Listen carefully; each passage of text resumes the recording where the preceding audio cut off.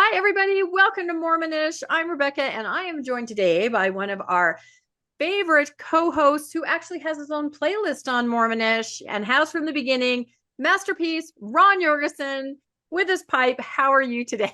I'm doing very well.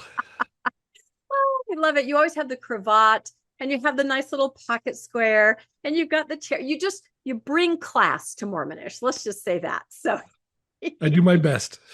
he does his best. That's exactly right. And I have to say, as a side note, Ron, a lot of you guys are probably connected to Ron, follow him on Facebook, friends. You have a very inspiring workout journey that you're on. I just wanted to say, yay, the stuff that you post. Well, for me, it makes me feel guilty because you're like, I just went snowshoeing. I burned this many calories. I'm like, damn it, I'm just sitting on my couch. But for everybody else, it's very inspiring, everything that you've been doing. So I just wanted to say congratulations on that, because you do a lot of different variety of workouts, and it's really fun to follow you and see what you're doing. It's been a game changer for my life, so I've Yeah. enjoyed it. No, and the thing is that for those of you that follow Ron on Facebook, you can, it's been years that you've made this commitment to, I'm just going to start doing this and trying all these different, weightlifting and running and walking and snowshoeing and hiking. It's just a great lifestyle. It's like I said, I'm an armchair quarterback. I sit back and go, Ron. Yeah, that's good. That's hiking. That looks good. I think I'll walk over here. And I joke about that because before podcasting, I was a gym rat also. I ran 5 miles a day. I would go on long runs on the weekend. Now it's like, oh, but I've got a podcast to do. So if I drop dead here on this couch, I did it for all of you, right? No, I got to do something, but you're inspiring, Ron. So anyway, our topic today, when Ron is not working out and posting amazing nature shots of his incredible workouts, often when things will come up in the post-Mormon world, I have a little network of friends that I like to communicate with, like, oh my gosh, did you see this? What about this? And Ron is one of the ones that I'm always communicating with behind the scenes, because he's always got really good research skills and he knows what's going on. He has a good take on things. So we recently were reading Elder Razband, right? His talk that he gave in the MTC a couple of weeks ago, assuring all of the missionaries that everything was absolutely amazing when it came to converts and baptisms and membership stats. And of course, when people make those claims without actually showing any numbers, that's where Ron likes to jump in and go, not so much. So anyway, we've been talking about this behind the scenes for a little while. And I just thought, well, let's just move this conversation to the forefront and let's share some of the stuff that Ron was sharing with me, because he's really good at putting together data. And I haven't really seen this kind of data all put together in one place, and I do have people that message me and say, oh, they made this claim about membership, or my family members are telling me this. Where can I find information just to say it may not be that? It's hard, it's scattered around. It's all over the place. So this is going to be the go-to podcast where you can get, we've got graphs, we've got charts, we've got everything, just to kind of show more of a realistic picture, I think, is what we're not trying to dispute. We're just trying to say, let's just really take a look at what we know. So with that being said, we'll let Ron finally talk. I've been doing all the talking, and you can share your slides and we'll show everybody what we've been discussing and what you've been working on, because I think it's pretty amazing. Okay, great. Thanks for having me on. I've been following these as many statistics as I can about church growth ever since I left the church, and I'm always so excited. Every April conference is like, yes, conference is coming around. I get to see the Really? latest No. statistics dump to see how they've done the last year. Yeah. Um, there's Yeah. been Just a few websites that I've really enjoyed in the past. Fuller Consideration used to have some mhm. fabulous numbers that I would get there every Sunday or Monday. I'd go there and look and see what units closed, and then they lost their source for a few years, Oh. and that was really it really sucked. So I was stuck back to just a general conference and waiting a whole year to find out what was going on. But then the last few months, there's a new source that they've found called a guy called the Deseret Demographer. And let me share a couple of these. See what I've got here. Yeah, I know. And because when we talk about these stats, it used to be they would proudly announce things with a statistical report. It was usually Saturday mornings at conference, I think I remember, and they were so proud. And then they sort of stopped announcing it in public and they relegated it over to a web page, and it's just not what it was. And I mean, very simplistically, I feel if the news were good, they would be shouting it from the rooftops, but instead they put out these things that are just, it's very hard to figure out what's really going on based on the data they do release. Absolutely. Let's see if I got the right. Green Mm. sharing's failed to start. Well, there you I go. swear we tried this a minute Yeah, ago. we did. We had it all pulled up to begin with. So, oh, that's Let me funny. see what I've done. Okay, let's try this one. Okay. There you go. All right. It's always the tech, right? We have the knowledge. We just don't necessarily have the tech. And let's see, it's back in So not this is presenter mode. At first, it was at presenter mode. So, yeah, this is the Deseret demographer. So I'm okay, just there showing the he is. website Oh, here. perfect. Okay. So Oh, this is interesting. fuller consideration, Deseret demographer units. So there's this 2023 to 2025 summary. So the years that they lost, this guy came in and provided all of the stake openings and closings and everything for this like 3-year period. Wow. So, and there's no dates on these. It's just sometime during these years. And so I took a lot of this data and sorted it out by state, by country, and all these types of things. Try to gather up all these kinds of data and kind of analyze it in a way that would be useful. Oh, this is just Another big, incredible. Even just looking through these lists of open and close. And I think also very simplistically, what we've noticed they're doing now is, fewer wards in each stake. And that way you can make more stakes, create yeah, stakes that have fewer wards, fewer people in each ward. And I've said over and over, that may look great on paper, but for the members that are living the lived experience with fewer people and especially youth, fewer people, it's not a healthy scenario as people are overworked and don't have that community that maybe we always remember and talk about. So that's simplistically kind of the shell game that's going on. that was I was my last few years in the church where I was in a branch and I had a small farm that I was running. I had a very busy job that I was doing, and I was the elders quorum president in this branch, and I was just so burned out from Yep. everything that I was supposed to do. These smaller wards, these smaller stakes, these temples in small Yeah. communities. So there were only a few stakes running a single temple. It's going to cause a lot of people burnout, just like I burned out. And it took me years to recover from that. It was awful. So I really feel for those people that are going to be going through this phase. That I'm glad I'm not in. I'm glad I don't have to do it anymore. I'm not doing these church cleanings every Sunday or every Yeah, other or temple Saturday. staffing, getting that phone call on Saturday. We need somebody. And I know this is real because, as I always say, I follow social media from the faithful side. And you see people posting, they're trying to be nice, but they're like, does anybody else feel really overwhelmed? Between my husband and I, we have 4 callings and and they just ask good, and they're trying to be nice. And people are like, yeah, but just hang in there. So I do feel that eventually people, just to save their mental health, or their family situation, will start stepping away. It's just too much to ask. It really is. As a very faithful member, I was fantasizing about a time where I might just show up to sacrament meeting and then leave afterwards and not do any callings or any social Yeah. stuff. Like, oh, if I could just have like a year or two Yes. break, I wouldn't go inactive. I would still go to sacrament meeting. I just don't Yeah. want to have to do anything for a while so I Mm. can heal. And then I researched church history topics and truth claims and like, oh, well, solves that problem. I guess it'll be more than a year. I'm stepping out. And now I'm on a podcast to show some of the real stats. But, one of the reasons we do cover these stats is because we care about people inside the church. We have family members that are in these scenarios where they are being so strapped. And, it really takes its toll on family relationships and just well being, even health. And the idea that they feel, yeah, but this is what God wants me to do. And I can't not, this is why we talk about this stuff. At least you have the information to go, wow, my ward only has 80 active people in it. No wonder I feel so strapped. What do I think about that? Let's have the reality, and the data shows that. Yeah. One thing that I noticed that this guy person added recently is an attendance map where you can report attendance.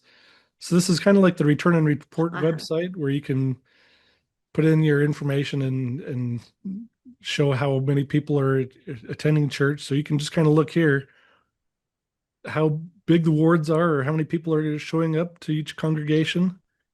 So the purples and the blues and the reds are kind of in the smaller side. So there's a lot of the smaller ones are it's a lot of small ones. Hmm. This is So absolutely fascinating. And we'll put the link. This is a website or a Reddit site. This is website fuller it's a website. consideration.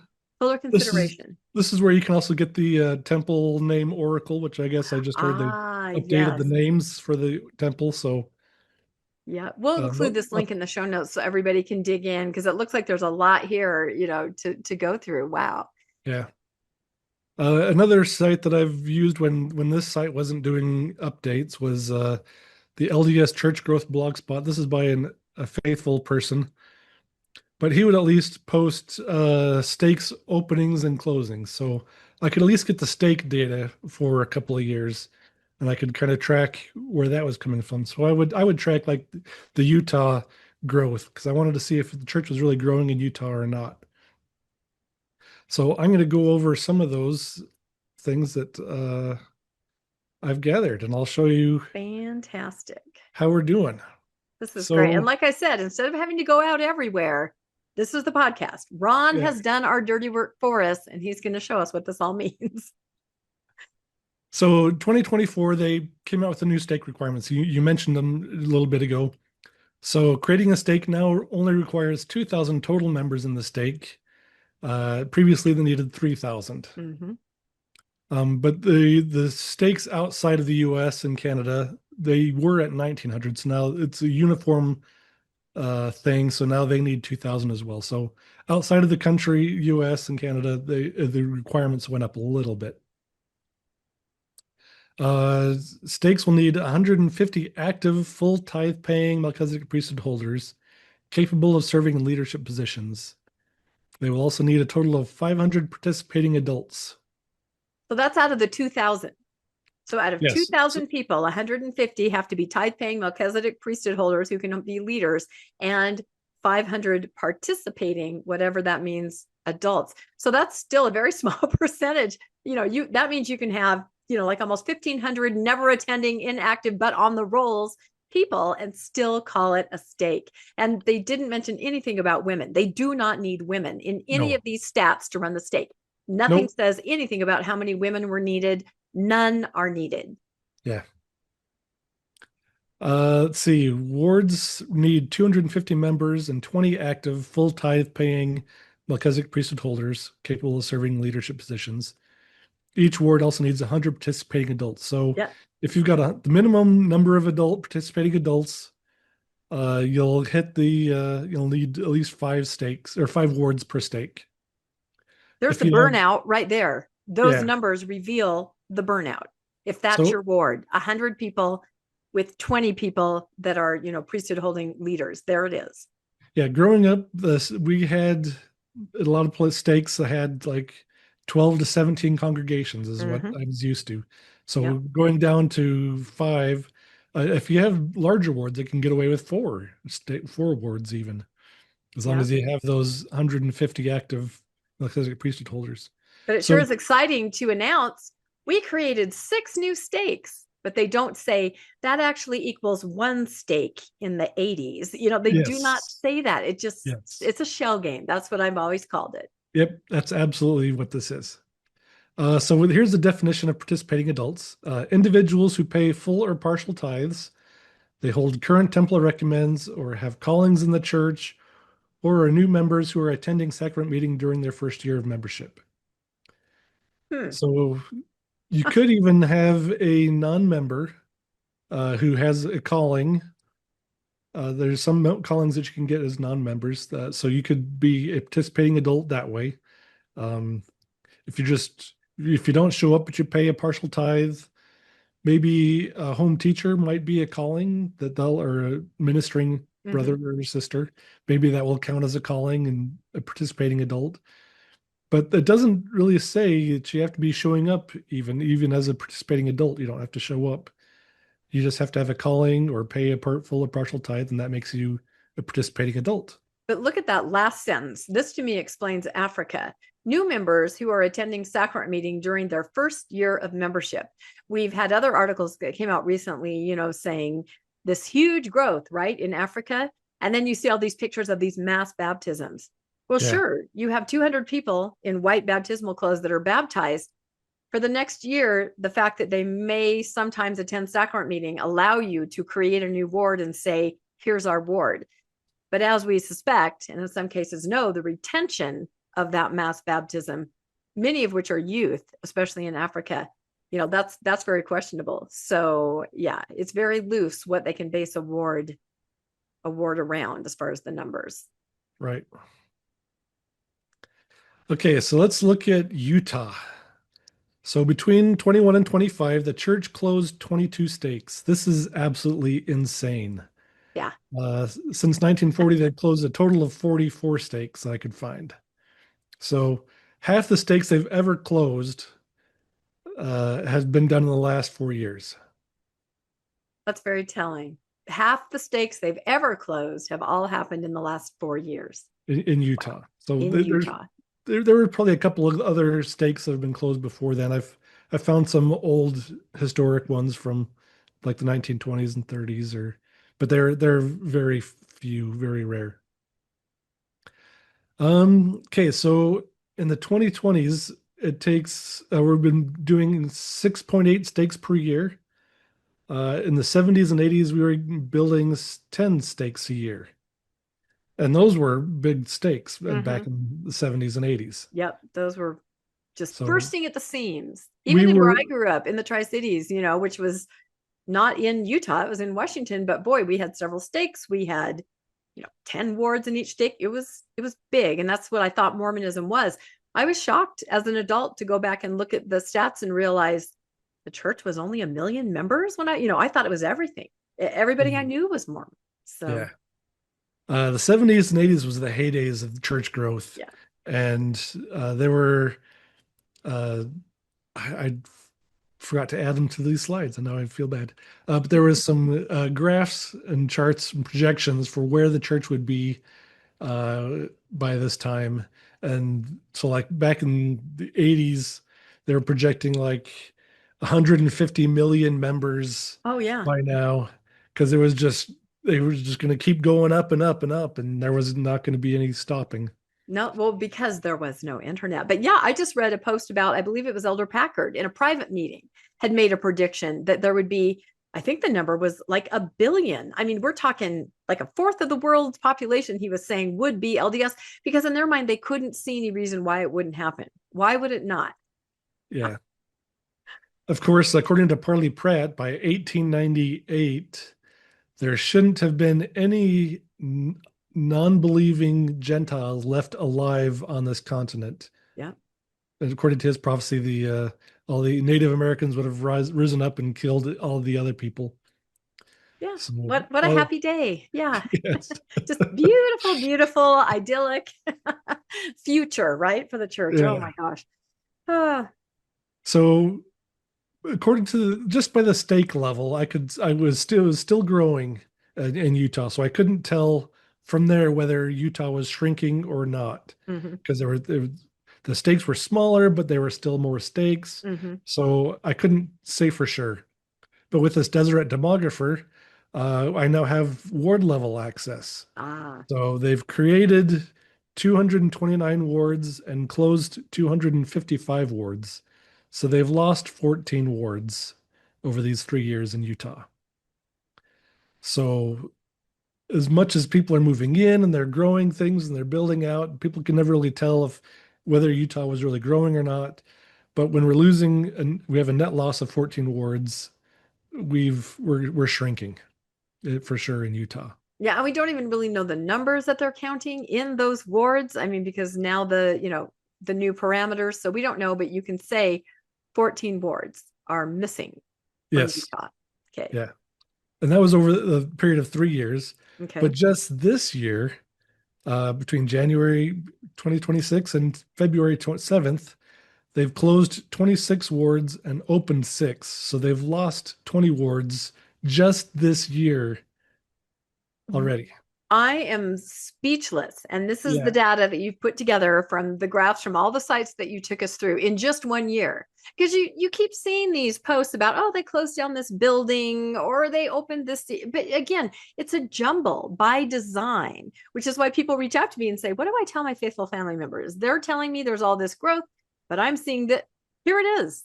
Yeah, that's not 20 1 year. That's 5 weeks. In the in last one 5 weeks, year. we've lost 20 wards in Utah. We've lost two stakes. They closed two stakes. They opened one. So we've lost one stake and lost 20 wards Oh, this in the isn't a last year. five This is weeks. a month. Yeah, this is just Okay, I this is was just reading this it. year. I don't even know what I'm gonna have to like slide under my podcasting desk on that stat. It's just one Five one month. 5 weeks. What? Yeah. Okay, So moving on. there's still time they can recover this year, but I Yeah, mean, just so far this year, that's what it is. that's a huge hit. That's a huge. Okay, so I see what you're saying. So because the data was not available before, you've put together the last 3 years, but now you're Yep. back on track. You can even go month by month, and what it's showing is that 26 wards closed, 6 open, missing 20 wards in the last month, just in Yep. the last month. Yeah. Shocking. Yeah. So that's fun. So these are the stake openings and closures. You can see that in the 70s and 80s, we had a lot of big spikes. There was a good sized spike in 2011. But here, this red line shows a lot of closures, and that's where we're getting a ton. And before you get one every once in a while, every 5 years, you might see a closure, a stake closing. But to have 22 in 4 years, that's insane. Well, it's interesting because they really don't have to close anything. They could just kind of let it ride, right? And nobody would notice. So somebody must be kind of behind all this, recognizing that if anyone were to crunch the data like you, they would see this, right? But I guess maybe it's just not, it can't continue the way it is with a ward that has no one in it, another ward that has some, another one that has a larger number. They have to try to make it sustainable in some way. And that's why they're doing these closures.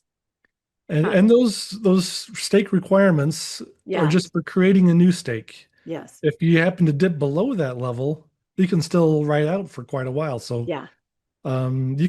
they've tried to cut out as many priesthood Yeah. call-ins that they need. So they've cut out the young men's program, they've cut out the high priests. Um, It's all going so so well, isn't it? If you follow no, faithful social media, you'll see the disaster cutting out the young men's program and making the bishop the head of it is from the faithful side. yeah. It is, again, it just doesn't work. And I have an answer for all this. You need all these priesthood holders. Why don't you let women take on some of those callings? Why don't you let women do what we can do? Huh? Yeah. You'd be And fine. if women ever get the priesthood, it's going to be because the men, they don't have enough men to Yep. run the congregations. Yep. So Interesting. I like to look at the spikes and try to remember what happened that year. What was happening? Gospel topic essays. I mean, it's quantifiable. You can see, changes in the stats just those years. so here I've grouped them by decade for how many stakes are being added per decade, per year each decade. So um, in the 1970s and 80s, we're over uh, 10 stakes a year. The 1990s, we dropped down to about six, and then we've kind of been floating in the 6 and 7 range since then. But we're dripping down, even with the smaller stake size requirements. Mm-hmm. We're still dropping down, Mm-hmm. and then it's gonna once you've already made them all small, they don't have a very big buffer, so Yeah. Where do you go from there? You're right. then it's gonna collapse even faster. So Which all is right, why when Elder Razvan gives a talk like he gave, there are no stats. It's just a general feel good. We're awesome. Everybody. Yay. yeah. Okay, so we're shrinking Uh, in Utah, but how are we doing in the United States? So we created 496 wards, we closed 536, but we upgraded 124 branches to wards. So But we isn't ended up that with just with the new stats? They're able to do that with the new requirements? it could be they were converting about that same rate of branches towards back in like 2018. Oh, okay. So I checked to see if it was like some outrageous number, but at least the one year that I checked to compare it to was reasonable. So, but it could be. So we'll see if they can convert that many branches towards this year as well. But so they had a total gain of 54. So that's growth. It's I ended up running the percentages. It turned out to be like 0.46% growth in the United States for just congregation growth or for wards. I'm not counting branches because branches are so small. We don't know how big a branch is. It can be. It's such a huge range of. So Right. I'm going by wards only in my tallies, just because that's a reasonable size that's going to be more uniform than branches. Right. But again, these aren't people, these are the organizations. So you Yeah. literally could have fewer people, but more branches and wards because you're allowed to call it a ward with fewer people. Yeah. So I guess we should say there's growth in wards created, but that doesn't necessarily mean there are any more people. There could be quite a few, less people. Right. So this is since the church isn't going to give us the real Yeah. numbers, this is the best indicator of where the church is that I can find. Right. So this is what I'm going with. So the biggest winners, Idaho grew by 113 wards. That's insane. So Yeah. uh, when Washington and California and Oregon are all shrinking, they're all saying they're all going to Utah and Idaho. Well, they're not all going to Utah, they're all going to Idaho. Or else Utah is shrinking even more, even with all those people coming here. Um, so Idaho was huge. Texas 17, Missouri 16. I guess all those people, those doomsdayers, are going to Missouri because they're sure it's about to happen. Tennessee and Montana were all the big winners. California lost 53, Arizona 34, Oregon 15, Utah and Nevada. They're all the biggest losers there. The biggest losers. But see, that's very telling because even by reducing the requirements of number of people in the ward, the fact that they lost them there means that they couldn't even make it to be called a ward, even with these greatly reduced numbers. Yeah, So it's even more abysmal, I think, when you look at the biggest losers, because the bar was very low on how many people were needed to make it a ward, and they right. couldn't even reach that. Yeah. So far in 2026, we've got 12 wards created, 33 wards closed, and 3 wards upgraded from branches. So a total of 18 wards lost in the United States this year so This far. year. So the last 5 weeks, we've already lost 18 wards net throughout the country. And now I made a nice little map. So we can kind of see This is what why we love regions. Ron. He makes maps. He brings maps. I was going to do one for the night for the whole world, and like that's going to take me hours to Yeah, do, and no, I'll have to you don't have figure out to. where You all the you have a life. countries Yeah. are. You got to go So, snowshoeing. You don't need to yeah. make that map, but this is very interesting. So I'm glad you made this one. Yeah. So I wanted to see where in the country we're growing and shrinking. And obviously the Pacific coast is definitely the biggest loser there. Mm-hmm. Um, the mountain range, Idaho and Montana pulled us a win out of there because Nevada and Arizona were all big losers, um, in Utah. So, but Idaho was the biggest win. So that kind of pulled their weight there. The whole And, thing. Is it the Jello Belt, right? Isn't that what they call it? The green Jello Belt right there through Idaho, Wyoming, Utah. well, Nevada, Utah, and Arizona all lost. Yeah, that's what's So, interesting. Arizona to me, because to me, that's a big Mormon hive there. There's yeah. certainly, I mean, we can add temple building to all of this. And oh my gosh, let's overlay that map. Yeah. So a lot of the mountain range area left, but Idaho saved its butt. Yeah. So okay, west, north, central, decent growth. That was mostly from Missouri, kind of pulling the weight there. Hmm. North and South Dakota didn't change at all, and everyone else is just kind of barely changing. Southwest, South Central Texas again is the big winner there. The other states are barely doing anything or losing. So we've lost in East North Central, Wisconsin, Michigan area. Uh, in East South Central, we've gained a little bit. Tennessee was the one that really kind of pulled it there. I think Tennessee had like 10 gains. So nobody else did anything there. And the South Atlantic, North Carolina and South Carolina were the only ones that really gained anything. I think they had 13 gained between the two of those states, and then everyone else mostly just lost a little bit. Mid-Atlantic lost 2, and New England lost 7. And there's not even a whole lot of members in New England, so Yeah. to lose 7 out of that's a high percentage loss. Yeah. Yeah, it's really just the heartland, it seems like, right in the middle where Yep, right there in everybody's the middle. yeah, So, yeah. What's wrong with all those people on the fringes? Huh? What's going on there? so we'll see how 2026 does. I don't think it'll do nearly as well as it did the last 3 years. Yeah. Okay, so the world's looking a little bit better than Utah and the United States. So we created 846 wards, closed 822, but upgraded 633 branches. So that's insane. So they had a total gain of 591 wards. Wow. But The again, a ward that can have only 150 people actually attending, right? No, 250 people on the rolls. That's right, on the rolls. But 250 on the rolls, 100 participating adults. 100, that's right, not 150, 120 priesthood holders to fulfill leadership callings. Yeah. 100. This is what we're saying. So Philippines is the biggest winner, single country winner. So they've got 104 wards there in the last 3 years. My daughter's actually going there in a couple of days. She's leaving the MTC. So she's Interesting. really excited there.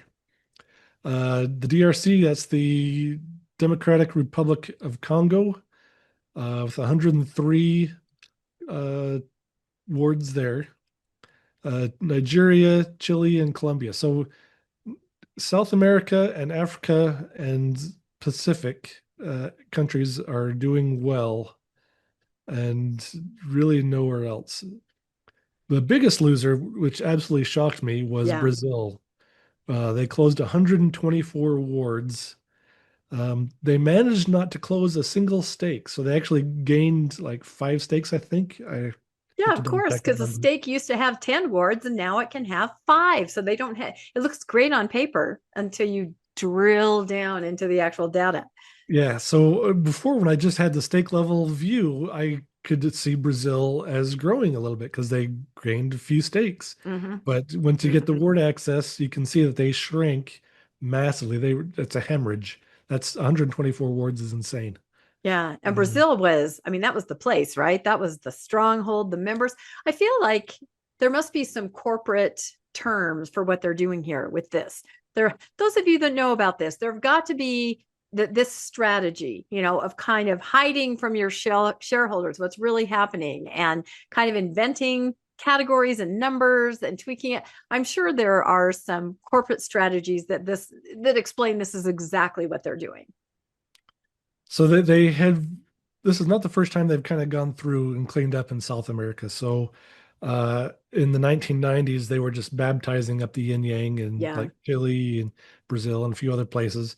And in the early 2000s, they had to just cut. So they were growing by like 900 congregations a year, the church was.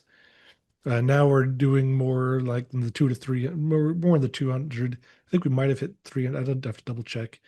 But we've been dropped to the 2 to 300 range for the last quite a while.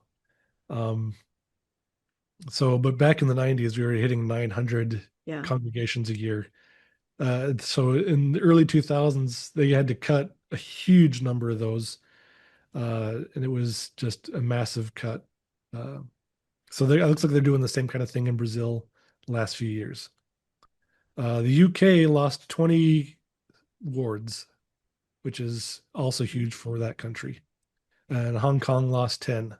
So there weren't a whole lot of other countries that lost big, but these were the big ones there. Most of the other ones were just kind of losing just a couple of wards here and there. Right. And again, that's losing within the new parameters that allow you to call 100 people a ward. Yes. That's why it's not just losing, it's big losing, because the numbers are obscuring what's really happening. So Europe was mostly shrinking. So there were a couple of countries with growth of like one or two. I think France, Germany, one or two others had just like one or two that it would gain. But Portugal grew by 8. And I've got a friend in Portugal, and she was saying, yeah, that nobody here is getting baptized. They're all uh, the people that are growing the church in Portugal are all Brazilian. They're coming to they all speak Portuguese. They can migrate very easily to Portugal, so they're getting some growth from that way. So of the 124 wards that they closed in Brazil, I guess we can count 8 of them as migrants to Portugal. Yeah, and I think that happens a lot, and that's been happening for decades, where you hear from missionaries, oh no, we're not teaching anybody that's from here in this place in Canada. I'm following someone in this scenario.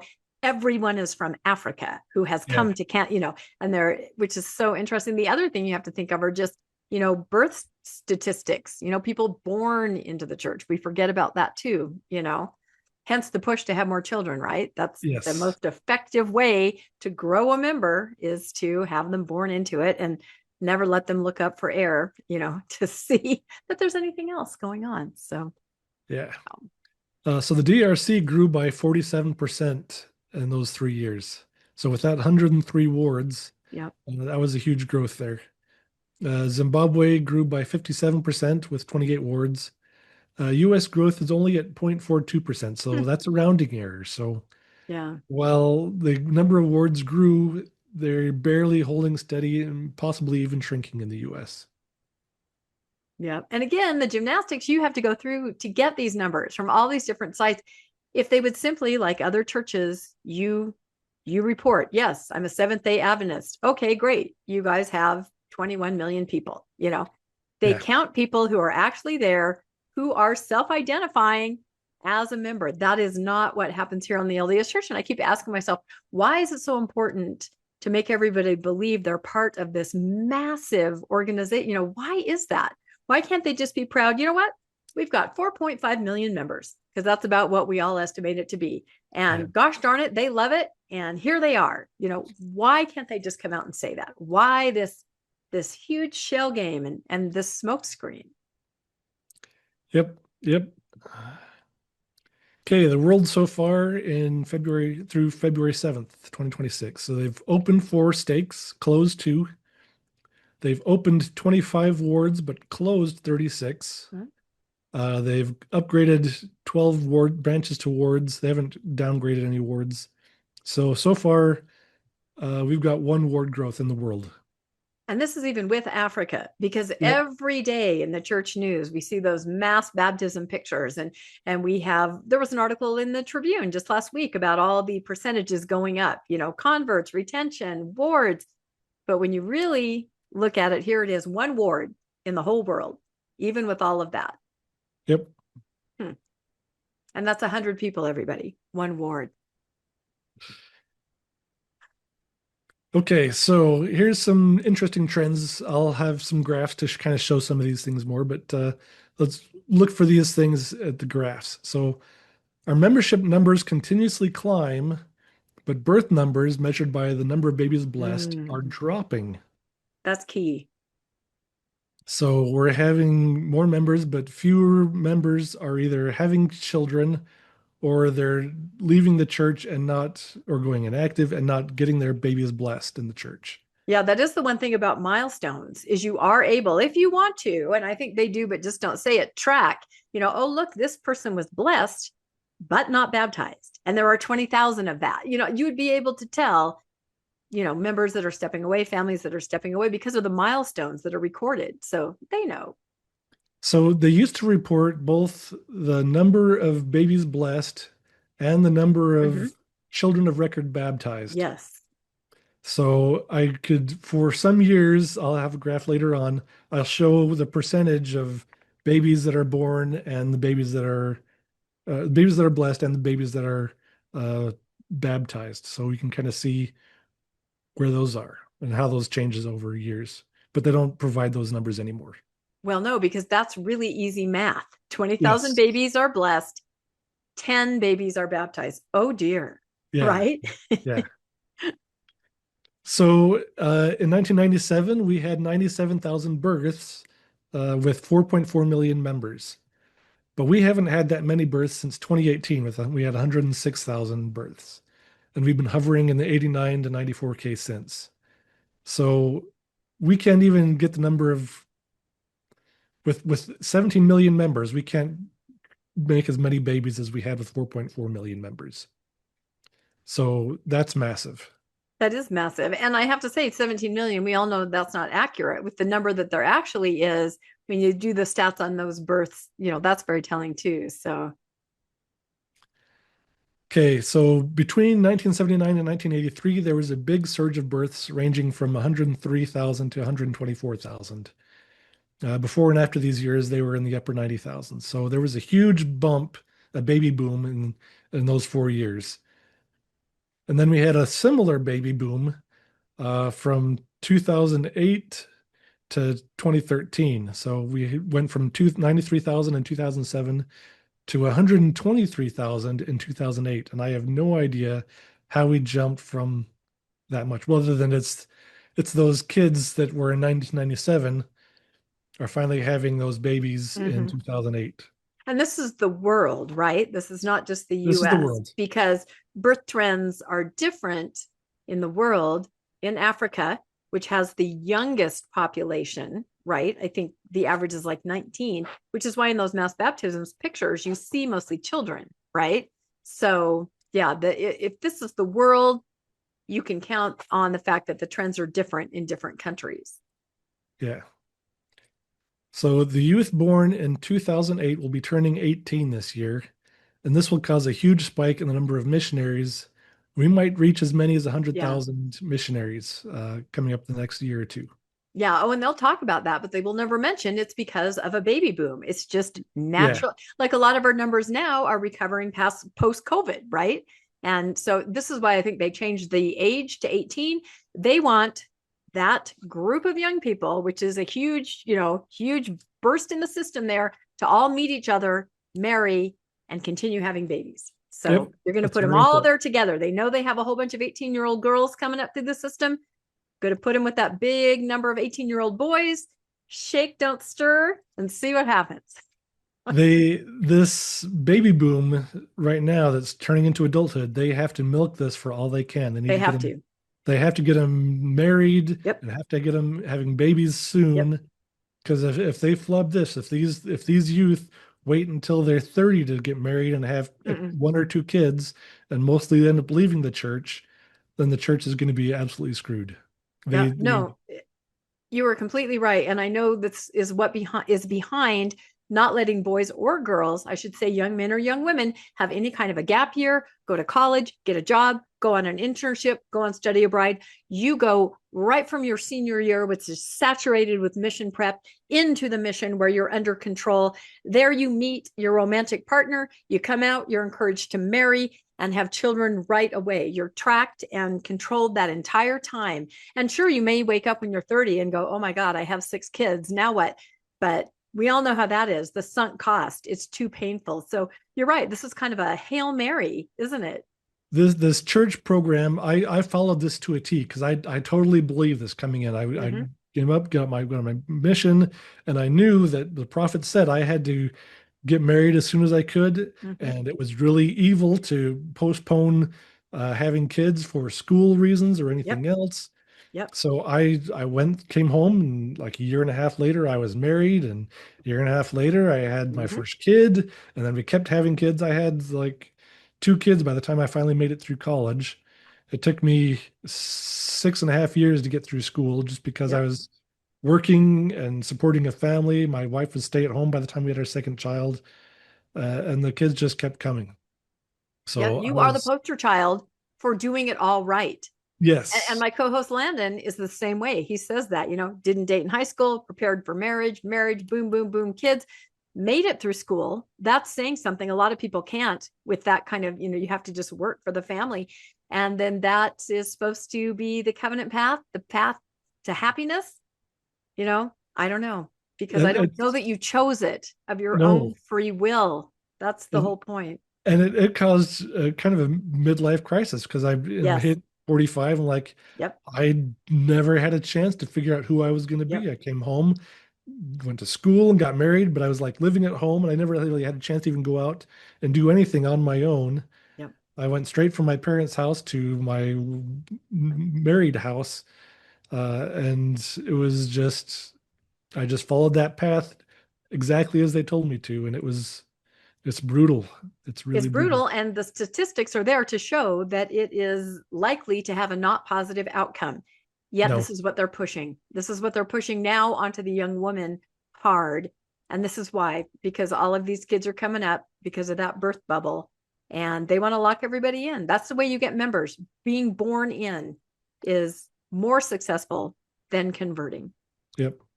And it's not because they told us it was this plan of happiness and it's the way that God wanted us to be happy, but it's not. It's a hard, It's hard way to go. Going through school with two kids and trying to take care of your family and everything, it yeah. was so much harder than it needed to be. All right, graph again. So this is the births, babies blessed, and the birth rate. So you can see in the 1950s, we had a massive birth rate. So for every 1,000 members, we're having 36, 37 babies in the 1950s. The 1980s comes along, and we get that zero population scare. Uh, Everyone's telling us that the world's going to collapse because Mhm. everyone's having tons of babies. So in the 1980s, we drop hard. And I'll show another one comparing the U.S. population graph, but we drop harder than the U.S. population in general. But because we keep having all these inactive members, uh, our growth rate or birth rate is less than 5 now. The US average is about 10. So our birth rate's going to keep going down lower and lower because they keep adding fake members. I would also say birth control. You know what I mean? Birth Yep. control readily available. And at that time, because it was just so socially not acceptable for the prophets to keep weighing in on sexual practices in marriage or birth control, I do feel like they dialed it back a little bit. You know what I mean? A Yeah. little. So And birth so you control had, is no longer, it used to be yeah, outrageously condemned. So that's all what I through the mean. Yeah, they wouldn't 50s and cover it. 60s. Like at BYU, even when I worked there in the 90s, you had health insurance through it and they would not cover birth control. So Yeah. that kind of went away a little bit, but people found their ways. So yeah, it's interesting to see this graph because it really does mirror exactly what we all lived through. So you'll see that there's no real growth in the number of babies. I mean, we're supposed to keep on going up with our membership, Mm-hmm. but our birth number of births is not going up. And then for like from 1989 to 1996, I have asterisks on those years on my chart. The church stopped reporting the number of babies blessed and only Yeah. reported the number of 8-year-olds baptized. Uh, So, and then, so before 1988, they reported both. Then in 1989, they only reported the number of kids baptized. And then in 1997, they switched. They only reported babies blessed and they stopped reporting the number of kids baptized. yeah, heaven forbid they should report the two together because Right. again, that's easy math. Anybody Yeah. can do that. So the numbers drop there in 89, but then they don't pick up even in 1997. They're still low on the number of babies blessed. So Yeah, I mean, it, think about this anecdotally. When you were growing up, everybody had like 6 kids. That you saw a family of 6 kids in the ward and you didn't think anything about it. No. When we were all young marrieds, if you saw a family with 6 kids, you're like, wow, they made some kind of choice there. Boy, they're doing something. You know what I mean? It stood out. It stood out. 4 kind of became the new large family in the LDS church. And previously to that, it could have been 6 or 7 kids, but you'd see 6 kids walk in, you'd be like, wow, okay, throwback, And I can only imagine now, anecdotally, thank goodness, people putting off families and working and going to school and all of that. But yeah, that this chart is it really shows what's happening, doesn't it? Yeah, I was the youngest of 6. Yeah, My see. ex-wife was second of 7. See. On my mission, if I saw a family with only 4 kids in the mid 90s, like, oh, they're still getting started. They're not done yet. Yes. I got home and then my best man, one of my best friends coming after my mission, he only had 3 in his family. And I'm like, wow, what's weird with them? They only had 3? Yeah. There's something kind of wrong with Yeah, that. something must have happened. Oh, I'm so sorry for you. But then again, you look at the Exactly. general authorities and apostles, and they didn't have like 12 kids like they used to. They maybe had 3 or 4. And I don't know, it's pretty telling, but they certainly want everybody to have kids because, again, it is the most sure way to make sure that you have a member that's going to stay at least probably through young adulthood. Yep. Okay, birth trends what the birth trends mean for the church. So the 2008 to 2015 baby boom is entering adulthood. The church desperately needs to get this group married young and have lots of babies. So the trends that are facing is youth are holding off and getting married until their late 20s. People are only having 1 or 2 children, and the youth and adults are leaving the church at higher rates. So if they're only having 1 or 2 children and they're leaving the church, then the church isn't going to even replace. They're not even going to break even. They're going to be losing members just that way. So there's solutions right now. So they got the younger sister missionaries. You got them where they were at 19 and now they're at 18, down from 21 from when I was on my mission. They encourage missionaries to develop relationships on their mission, which is just insane. Get married when you get back. Yeah, even if you were like 5 years after your mission and you married somebody that you knew on your mission, Yeah, there was that a was so stigma. taboo. There That was a was stigma. Yeah. definitely. I think there's a missionary, a guy that I served with. Uh, I think he married somebody and then got divorced and then remarried a missionary sister from the mission. And like, whoa, that's kind of weird. Oh, yeah. No, it was taboo. I had a friend who married someone from her mission, but they never knew each other. He was Spanish speaking. She was not, and they made sure as part of their story, they told everybody that although we were somehow in the same area and circles, we did not ever even, it was a big deal to make sure that was okay. But your last point here, I'll read it if it's okay. Yeah. More conference talks urging people to marry young and have kids.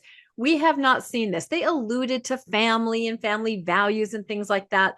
In the last 2 years, have you ever seen anything like the prophet staring right at the camera and saying, kids are putting off their first marriage. They need to get married. I mean, I've never seen that before. And it makes me so furious, almost like stealing the future from these young people that are going to say, that's God talking to me and telling me that that's what I need to do. So I agree with that last bullet point.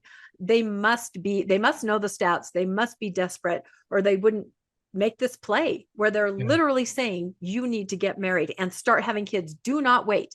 There have been so many talks in the last 2 years, ironically, with Kristen and President Oaks, right? Which is so funny. She's so interesting as she tells people, I mean, her scenario is different, marrying later, whatever. I don't know. I just leave kids alone. That's all I can say. Let them do what's best for them. It's just, it's so upsetting to me.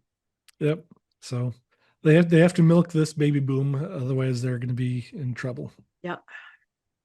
So here's the blue line is the U.S. birth rate. That orange line is the church birth rate. So right around the mid 80s, we dropped below the U.S. birth rate, which I found surprising.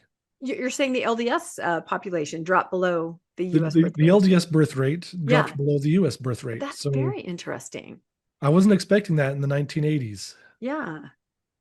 But right around then is when they're starting to grow really big in South America. Um, but I know we hit the big, I guess that zero population trend really hit hard. So right there in like 1981, 82, where we hit that big drop. Hmm. Um, I guess it's 83 is when it really dropped. But that's where that zero population. I just keep thinking of the Saturday's Warrior. Yeah. Zero population is Yeah. the answer, Oh, my friend. the most evil. Yeah. And for those of you that don't know, there was just a big scare that the earth would literally implode. People would disappear off the face of the earth because, oh, heaven forbid, people were using birth control and limiting the number of children they were having. Yeah, it was a great, great sin in the 70s and 80s. It was, the world encroaching on what, our values. Yeah. So yeah, we'll never recover our birth rate to anything reasonable because we'll just keep adding fake members. So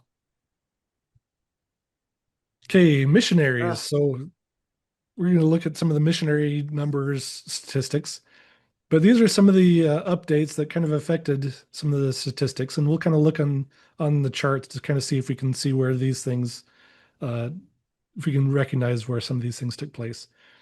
So in 1974, President Kimball issued the ultimatum that every young man should serve a mission. Before 1974, they were calling about 8 or 9,000 missionaries every year. After this talk in 1974, that jumped up to 14,000. So just this one talk had a huge boost in the number of missionaries called every year. And so that I found one set of statistics on missionaries of the number of missionaries called each year, and they had provided that for a certain range of years. Then another range of years, they provide the total number of missionaries serving that year. Uh, so I'll and they started one, they kind of did both of them for a little while, and now they only do the number of total missionaries. I think in 2010 they stopped announcing the number of missionaries called every year. So they keep throwing different statistics to kind of mess things up and make it Hmm. hard for me to do analysis. But anyway, 82 to 84, elders served for only 18 months. Oh, yeah. This was Um, my dating. People I was sending on missions. These were my years, right? I was in high school, and the older guys I was dating were going on missions. And even when they changed it back, you had the option, right? Who's going to say no? Once you can extend to 2 years. But yeah, it was interesting because it was like they would go and then they were right back. You're like, what? You're back? I mean, it was a strange period for missions. It really was. But yeah, that was yeah. right there in my high school years. Were right there. I graduated in '84. My oldest brother got to serve an 18-month mission. Yeah. So in 1991, mission costs are equalized. Before it used to Yeah. be a big scare on where you might go, Yep. because if you go someplace like Tokyo, it's going to be really expensive. But if you Yep. go to South America, it's going to be really cheap. So now in 1991, they kind of standardized the cost so everyone paid the same amount. So that was a big improvement, I think. 2002, that was the raise the bar talk, and they changed missionaries to some sins they can't serve. So, like, okay, we need to raise the bar. You guys have to work a lot harder. We need good quality missionaries. And at the time, they had that missionary boost from the baby boom in the 79 to Yeah. 83 range. So they had a lot of missionaries. They're Yeah, like, they could oh, pick, couldn't they? we Yeah. got a lot. But right Yeah. after that, the number of missionaries Yeah. the population that was right at the end of the boom, and so the babies dropped right there and they did this thing. So Wow. they It's all about lost. the stats. It's all about the stats, isn't it? When you have a huge over surplus of boys, you can say, we're only going to take the best. When you've only got a few, you're like, that sin's not so bad. Go ahead, go. You'll be fine. You'll be Yeah, they didn't look at the baby line because Yeah. if they looked at the pipeline, they would have known that their number of missionaries is just Yeah. about to drop. So I'm sure they know now. I mean, their yeah, correlation department has, like, I just read 80 people in it. They're crunching data, correlating everything as God would want them to do, of course. yes. Data driven revelations. So they lost a lot of missionaries after that raise the bar talk. 2012 mission elders serve at Oh, 18 and sisters serve at 19. So there's yeah. going to be a huge boost there. all of a sudden sisters are excited about serving missions. When you're serving at 21, that's like right in the middle. You're like at the end of college, Yeah. getting married. And you're a failure. You didn't get married. It's like the last thing. Okay, you didn't get to do all this. So I don't know anybody that said, I'm going to wait and go on a mission. No, you tried and tried and tried to get married. And then if you didn't, and I'm a Yeah. person that didn't get married and didn't serve a mission. So I Ooh, didn't get married till I was a month away from being 26, which is like wow. in Mormon years being like 89 when you get married. And so, for all those years, I'm like, oh, well, obviously you're going to serve a mission. And I was like, no. And they're like, well, why not? And I couldn't explain, well, because someday I'm destined to start a post-Mormon podcast. And I didn't know what, I just knew I did not want to go and talk about that topic. I could Yeah. not bring that up with another person. Heaven forbid, try to convince them to join what I already felt trapped in. So, but yeah, it was a big deal when that number changed, because then it became super trendy for girls to go. I'll Oh, do it's 1 year of huge. college and then I'm going on my mission, and you're still very young when you come out of that, right? You're still Yep. barely, not even 21, and plenty of time for everything. So I think that changed a lot. And then you have 18-year-old, 19-year-olds out there together. A 21-year-old girl, she's a spinster to a 19-year-old. You know what I mean? You would never connect. 18 Yeah. and 19-year-olds, now you're kind of starting to go, it's okay. So I think they got the idea there. Now it's going to be cats and dogs living together with 18-year-olds. I don't even want to think about the podcasting we're going to do about the scenarios we're going to hear about.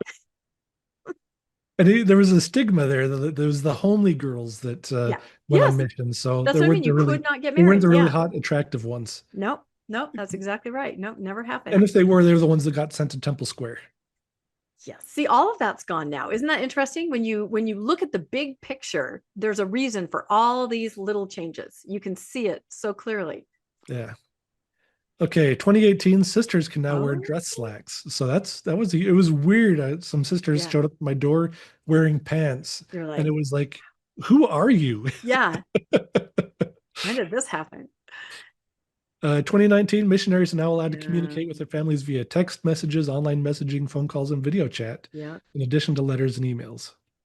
So that's really cool. I've enjoyed being able to communicate with my daughter and in the MTC, and it's been really nice. We'll be able to share a lot of joint stories. We were able to connect because we both had a lot Yeah. of Did you similar have any kids experiences. that were out when that wasn't the case, or is this your first? This is my first Ah, proselyting missionary. there you go. I had a daughter that did a service mission. Right. Yeah, I had one son that was out in 2018, and it was just at the end of his mission where they changed this. And he was very much on the fence, because he had spent, over 18 months not communicating. And so he kind of told us, I don't know if I want to communicate, because other elders who had just been out were like, of course, mom, dad, mom, da, da, da, da, nonstop talking, that's kind of calmed down. But he said he finally kind of reconciled talking to us by considering it a missionary opportunity. I know, but it worked out really well, because at that point, at the end of the mission, you're trying to figure out college and housing, and you got to call back and forth. And, the mom and dad at home are trying to help make the arrangements. So Yeah. I think it's a good thing. And I think it's settled down now. It used to be, I had friends whose missionary daughters wanted to just stay on FaceTime all day with the mom. And they were like, okay, I'll just take you in my purse all day long, to feel Oh that boy. connection. So I think now I think they kind of like, it depends on the mission president, but they'll call like once a week or something. But it Yeah. definitely keeps you more normal. I think having Yeah. experienced it with the one son, I did not like that. I knew when he was leaving that it would never be the same again. I knew that, and it wasn't. So sad. Okay, 2021 missionaries begin training from home as standard procedure. So they kind of did this with the start of COVID, Yeah. but then they decided to, like, the first week you're going to be spend at home training. Yeah. So they can cut back the number of the size of the MTCs they need, just because the people are only going to be there for 2 weeks instead of 3 weeks type of thing. Yep. And that's going to be really big. I wonder if they'll do even more for this next big surge for the next couple of years. I think they might have to. And it's been very successful, as long as the missionary has a place to go and Yeah. feels comfortable. That's a story on its own. When you Right. have a post-Mormon family and you have a missionary going out, what do you do in that scenario? But yeah, I can see that, because you're going to have that huge surge and the MTC is only And there are different MTCs around the world, but they're only built for a certain number of missionaries. So I can see them saying, 3 weeks at home or something like that. But boy, it's a strain on a family because the whole family is expected to kind of live missionary MTC rules. And again, if you are a post-Mormon family or a part member family, it can get really interesting, just depending on the dynamic personality of the people. So now 2025 sisters may serve at 18. And did they say, does that start immediately? Has that started right now? I was trying to remember as we were going through this, or was it? I think it is right now. So Yeah. 18-year-olds can be Yeah, put in I the think it papers. is. Wow. So we're going to take a pause right now. I need to go put that roast in the oven. I am going to Ron's recipes. While he's gone, I'm going to tell you. No, I'll make a little note here so I can cut this at 140. So, Okay, hold on 1 second. How's your roast looking? I just put it in the oven. Ooh, awesome. What's your recipe? This is a pre-seasoned pork roast, so I just had to throw it in the oven and start it cooking. Even better. Okay. Do you remember what we said? I think you just said, well, look at this graph, or you know what? Just that's funny. I forgot what you said. You hadn't started talking about this yet, right? No, I hadn't. So okay, so just say something like, so if we look at this graph, so just say that because I think we already said it. So I'll just count us down. 3, 2, 1. All right. So if you look at this graph, this is the number of missionaries serving with the number of doing it as a percentage of births of like how many missionaries are available, how many babies are born. Oh, okay. Versus how many missionaries we have. Okay. So this is using the total number of missionaries instead of like the number of missionaries called that year, because it only goes up to 2010. And so to calculate this, I do it in a variety of ways. I start out like not just 19 years behind. So I look at to like 1 year's. So if we're at 1980s missionary number, I'll go back and count 19 years, 19 and 20 years behind that to see how many missionaries or how many people are I available see. to Okay. serve. So how many people will be that age at that time? Yeah. So That makes sense. how many of those people born that year would be serving a Okay. missionary at this time? Okay. And I'm doing it off of the elders' birth because there's Okay. And so the gray line is the number of it's the ratio. So it's the percentage. okay. So looking back in the 1981, about 25% of missionaries are serving that are available. So it's going to be so if there's like 150,000 or 100,000 babies born that year, about half of them are going to be men and half of them are going to be women. So if we were to get all of the elders from that time, there would be like a 50% percentage. If there were like no sisters and all the elders, right, 50%. So 25% is decent. So you're losing about half of the elders, half of the men by the time they from birth to when they go on a mission. Wow, look at that spike in 2012 when they said you can be 18, huh? Yes. So that's when you double. It's the men are 18, the women are 19, and this is when all the women start joining the mission field. So the women are amping up the numbers, and that's still happening. That's exactly what's happening. So on my mission, there's about 16% of the missionaries that were sisters, and the rest were elders. And I think that percentage is going to be pretty close to what it was like everywhere. And it's going to be within like a couple of percent all the way across up until 2012 when all of the women suddenly join in mass. Yeah. And now it's closer to 40% is what the ratio of sisters to elders. Yeah. And it's funny because anecdotally, I hear, because like I'm over on Faithful social media all the time, women choosing even over a marriage opportunity to serve a mission. Like you hear, oh, my son, he's ready to propose, but she said she wants to go on a mission first, So they really are choosing this, which maybe is why, the church created a monster by saying, go out early and all this, because now they're having to say, well, meet your person there and don't forget to have kids, because the mission became very trendy, I think, to go on. Everybody was doing it. Yep. So if you look at like 97 to 2002, that's where we kind of have a bump in the number of missionaries. And that was that baby boom from 79 Yeah. to 2000 or to 83. But then at 2002, you had both the population decline and you had the raise the bar. So it dropped hard just there.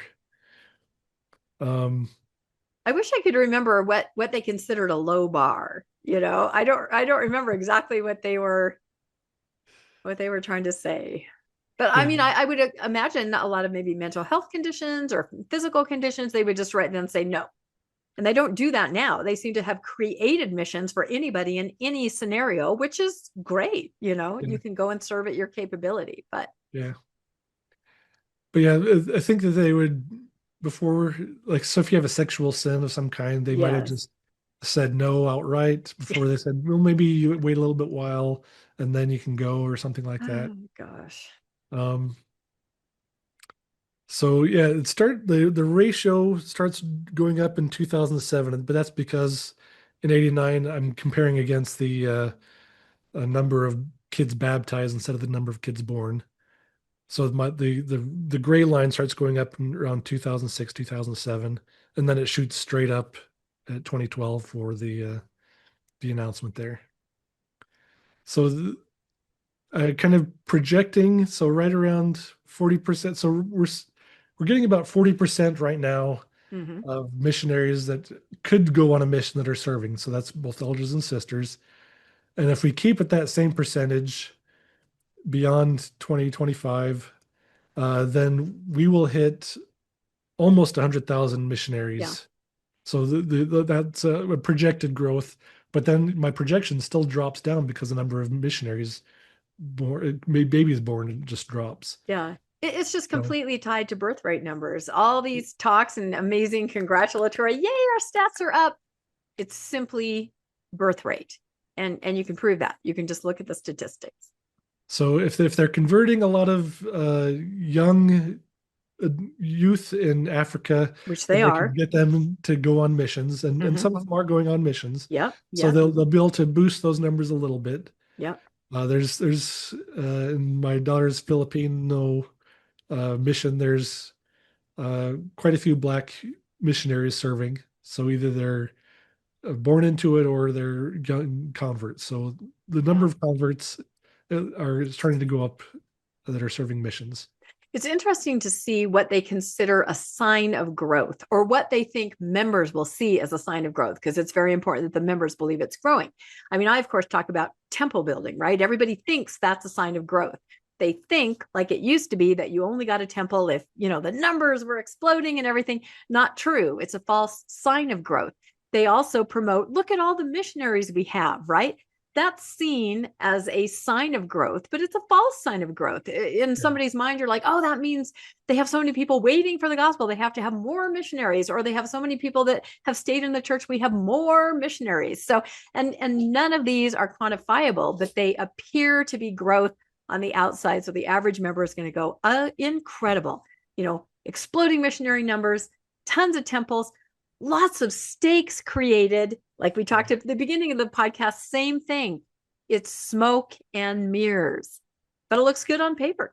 So they're going to milk this missionary number for all they can, and they're going to say, "Look how great the Lord is hastening the work. We've had more missionaries than ever before. We're having more converts than ever before. We're doing this and we're doing this. So this is how great it is." And that's going to last for a few years, and then it's just going to, they'll have to come up with a different way to say they're growing, because I don't know what it'll be. What do you think it'll be? Well, they can't do temples anymore because we're not building temples up the wazoo anymore. Yeah.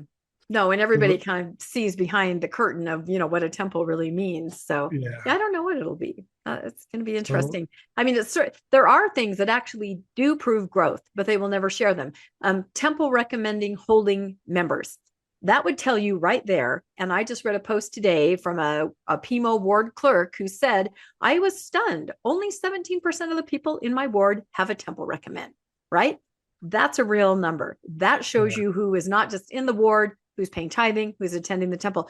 Those numbers will never be made available. So never, if they no, would release the number of people who have temple recommends, that would tell us, but that will yeah, never happen. It'll be these other numbers that seem to mean something, but if you really dig in, they don't mean what you think. right. Okay, so this is one that I was excited to see, and this was the Oh, percentage of babies that get blessed, and then go on to get baptized, and then go on to go on missions. you would think they would never want to put those numbers together. Good for They you for they digging them out. yes. So there's a few years that overlap, but look at in the 50s and 60s and 70s, almost all the babies getting blessed are getting baptized. So the yellow line is they were, I'm trying to read the bottom of it. They were blessed. So those are the ones that were the babies that were blessed that are now getting baptized. So Okay. almost Okay. sometimes like 100%. Right. If the membership kind of has the babies have a spike in one year or a Okay. drop one year, they don't all get baptized right as soon as they turn 8. So sometimes the births or the baptisms end up in the Okay. following year or whatever. You'll get sometimes when they're already close to the top, you'll see a little bit where you get 100% or over 100%, which is kind of weird. Um, so, or maybe there's kids that are getting baptized that weren't blessed. So I No, don't know. That could that's be, true. A convert or something. Yeah. Okay. or maybe Interesting. I don't know. I don't know if everyone is getting the babies blessed at the time, or if there's more people getting. I don't know. It's weird. It's weird. But in 1980s, that dropped pretty fast, and so that's when they started switching up their reporting, and they decided not to put those numbers together because they no longer looked like there was about 100%.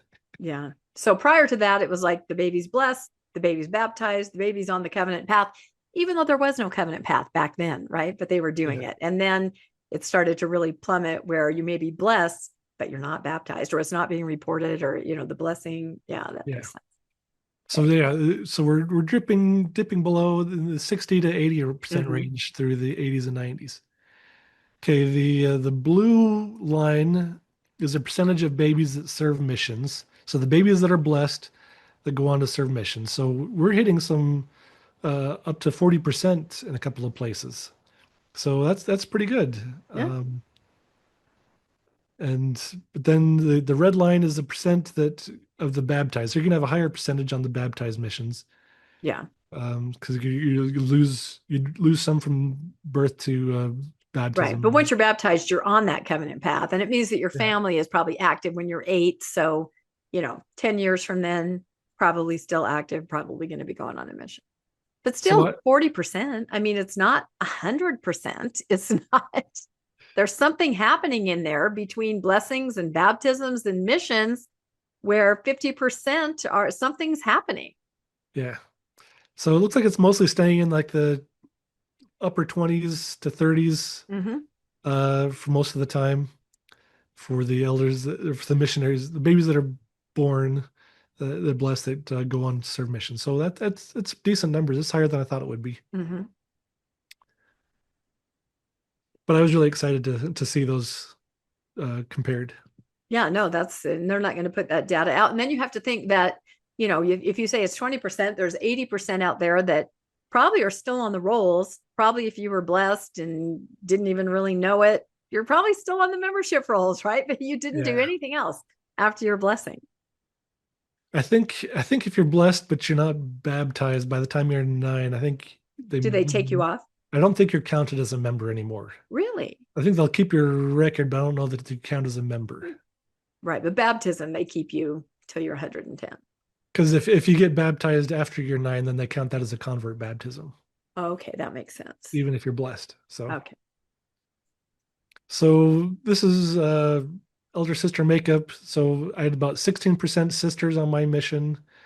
Uh, I calculated my daughter's mission and it was about 40-60. Mm-hmm. And I found some people on Reddit saying they had about 41, Mm-hmm. 43%. I think one of those had one of the 43% sisters had like a something, the temple or something that was required more sisters. So there were more people that were serving there that were sisters. Um, so just in the last month, President Oaks announced there were 83,000 currently serving missionaries. My estimate had 86. So I don't know if he's saying there's currently serving at 83 and the numbers they announce for the year are how many missionaries served that year, how many unique missionaries served, or if it's like the number of missionaries at the end of the year. So I don't know. So like there could somebody serving at the beginning of the year goes home. Is that person counted for that That's a year? good question. And So I don't. do you know when they say currently serving missionaries, are these young proselyting? Are Yes, they these are. young service counted in there? Because as I understand it, they now have the service missionaries under the umbrella of the mission where they're serving. It's not senior couples. So these They, are young people, but service missionaries, right? Included? if you look at the annual statistical report, they break out the service Okay, they missionaries, do. the young service missionaries are separate from the senior service missionaries, Okay. and they're separate from the proselyting missionaries. Okay. That So makes sense. so Oak said there's 83,000 currently serving. So if you have a 40-60 split, maybe 49.8 thousand elders and 33.2 thousand sisters are currently serving. But the sisters are serving 18-month missions instead of 24-month Yes. missions. So the number of sisters and elders called, that's going to be a lot closer to even. Yeah. So you're going to have almost as many sisters being called as elders. Yeah, that's interesting. And your last sentence here is so telling. It says, without the push for sister missionaries, leaving them at 16%, there would be an estimated 59,000.3 missionaries, right on par with 2012 missionary numbers. So it's really just the women. It's the Yeah. fact that now they encourage women, and culturally, women, it's expected for them to go. That is what's driving this huge push. It's the same as it's always been. Yeah. Wow. That is not surprising. And if you think about it, I feel like women are overrepresented. Every single TikTok and reel that you get inviting you to come to church and sit by someone like me.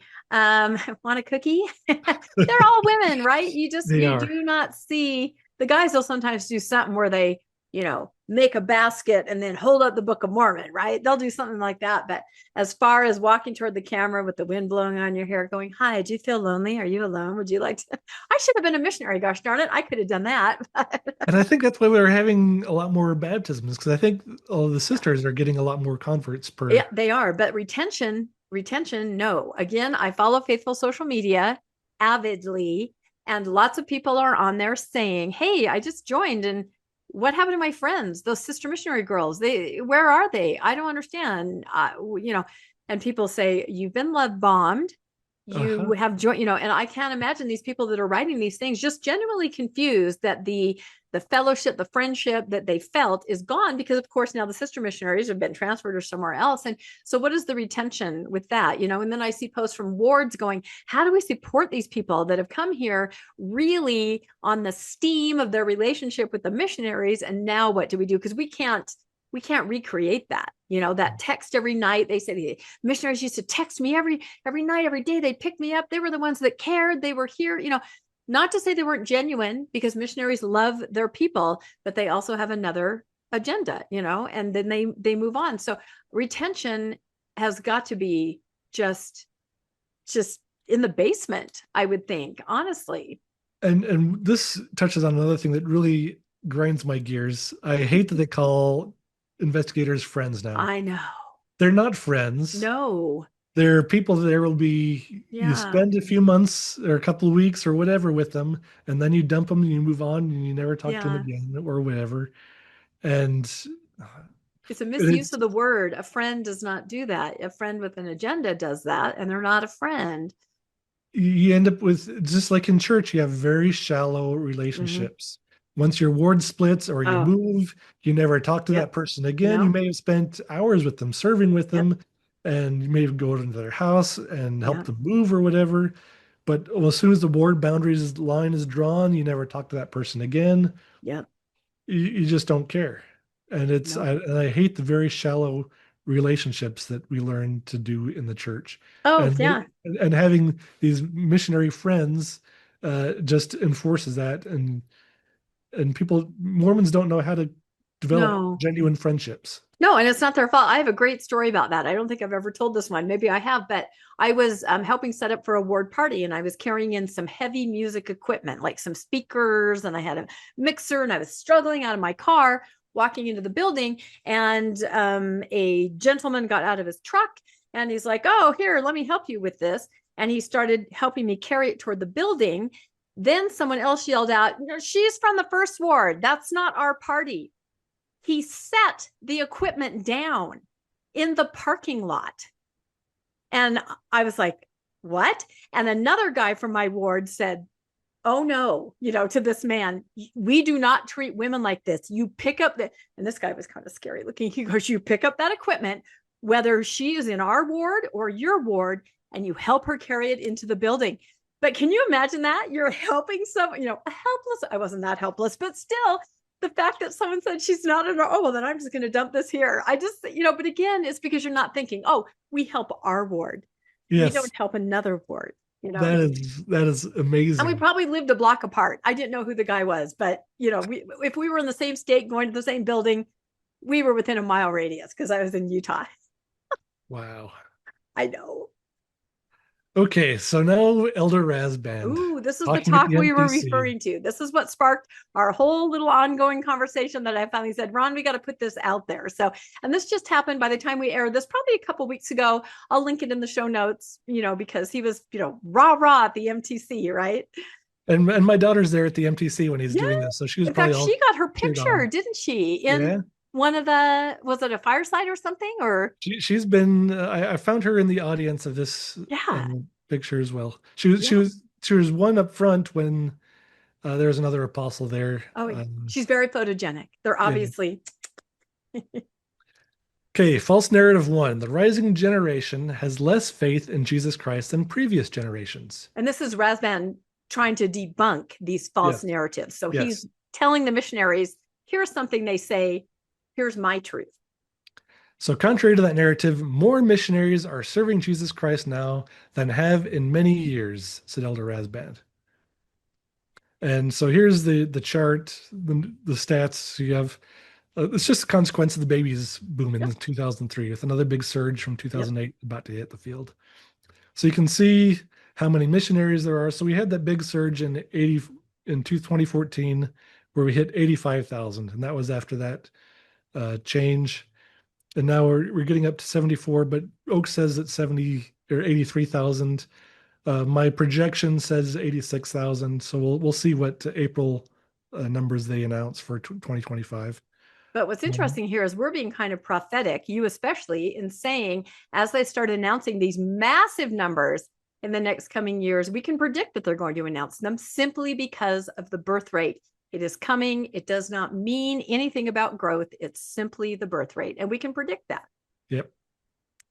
So I'm excited. I get to be prophetic and You are declaring. prophetic. Yep. When they started announcing it, we're going to play this clip, right, from 2026. And we're going to say, we told you they're going to start, yelling about the big numbers and how exciting it is, but it's simply the birth rate. Yep. Okay, more converts than ever. The church is declining as an interest. So false narrative two, the church is declining as interest in organized religion decreases. The last 12 months saw the largest number of convert baptisms in any 12-month period in this dispensation, said Elder Rasband. It's a remarkable time to serve. So in 89, we had 318,000. 1990, we had 330. 2024, we had 308. So he's talking about 2025, which numbers aren't released yet. So they have to be higher than 330 converts. But in 1990, they did that with 43,000 missionaries. Yeah. And now we've got almost as large as 83,000 missionaries. So we've got almost as many missionaries we've ever had out. That'd be an interesting graph, the effectiveness of missionaries. You're right, because that number was accomplished by a fourth of, what they're saying, or a third of what they're saying are out. Oh, look, here it is. I wish for a graph. I went like that. Where's my magic wand? Oh, and Ron has a graph. There it is. There it is. We think alike. So that green line is the number of converts that they're getting every year. The blue line is the number of missionaries they're getting every year. And then that red line is the number of converts per missionary. So in 1977, we're getting about 6.5 converts per missionary.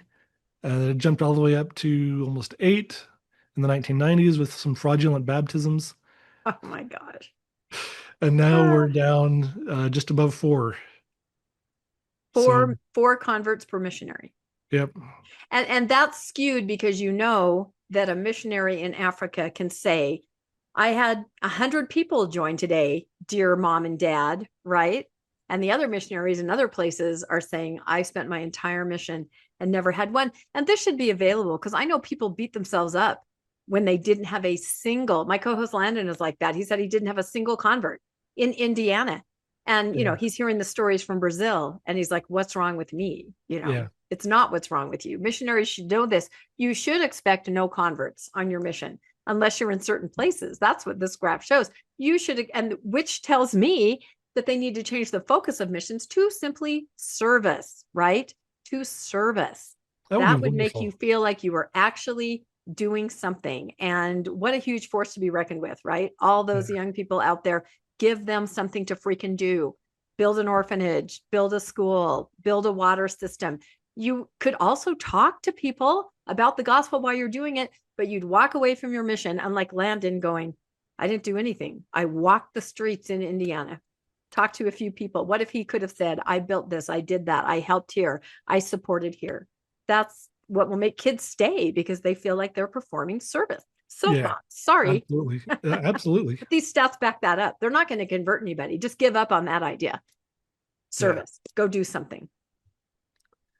All right. So the number of converts per missionary are definitely going down. They're up a little bit higher from the beginning of COVID, but they're still hovering just above 4. Right, but super skewed by those mass baptisms. I mean, did you ever in your whole life see pictures of 100 people in white standing by a river? If I were to show those pictures to my parents, which they never saw them and they both passed away, they would have said, well, that's a Christian thing to do. We don't do that. That's what they would have said. That's what Christian churches do. I mean, I never thought I would see that on the front page of the church news. Look at all of our converts standing here. There was one picture that we had, and it was used, often hung up on missionary walls on my mission as inspiration. I think it was after they started allowing the black priesthood ban was lifted. Yes. And then they had a picture of maybe 20 some odd people dressed in white heading down to a river.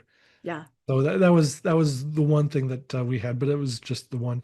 And I think that was in the mission. You would never see that in the church news, I don't believe, because it did have a very kind of evangelical feel to it, that Mormons were trying to really depart from. I don't know where the picture came from. It might have been from an ensign, but I'm not sure where it came from. But it was possible. Yeah. But now you see that almost every week. Here's another big group, 180 from Sierra Leone. That is really weird. You're just like, and then you look at the pictures and everyone is a child. I mean, a large percentage are children. Yeah. So Razban insists that baptismal growth is not regional. Okay. Baptisms are increasing. So the false narrative is baptisms are increasing in some regions of the world, but not in others. And he says that's not true. Interesting. That's ridiculous. Of course, that's what's happening. The number of God's children being baptized is increasing in every region of the world, said Elder Rasband. He added that the region with the highest % growth of baptisms in 2025 was Europe. Okay, you have to explain this to me. How is he claiming this? Because they've had so few baptisms there that you just get some immigrants that move into those European countries. You baptize those immigrants, and now you're having a huge spike in baptisms. It's a sliding scale. He's not saying we had 2,000 people join in Europe.